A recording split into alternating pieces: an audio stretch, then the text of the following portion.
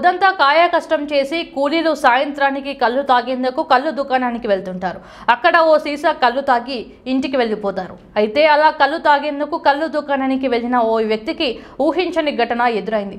తాను తీసుకున్న కళ్ళు సీసాను తాగేందుకు ప్రయత్నిస్తున్న క్రమంలో ఆ సీసాలో కట్టెపాము ప్రత్యక్షమైంది. దీంతో తీవ్ర ఆందోళనకు గురైన ఆ వ్యక్తి తాగిన 2 బుక్కల కళ్ళను నోట్లో నుంచి బయటకు ఉంచేశాడు.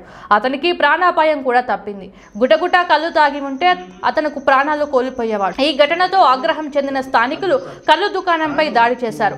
ఈ ఘటన నాగర్ కర్నూలు జిల్లా బిజినేపల్లి మండలం పరిధిలోని లొట్టుపల్లి గ్రామంలో గురువారం రాత్రి వెలుగు చూసింది. అయితే స్థానికులు ఆగ్రహానికి గురైన తర్వాత కూడా ఆ కళ్ళు దుకాణం యజమాని నిర్లక్ష్యం వహించాడు. జనాలకు కళ్ళు విక్రయిస్తూ బాధితుల మాటలను వినిపించుకోలేదు. తమ ప్రాణాలతో చెలగాటమాడటం సరికాదని బాధితులు ఆగ్రహం వ్యక్తం చేశారు.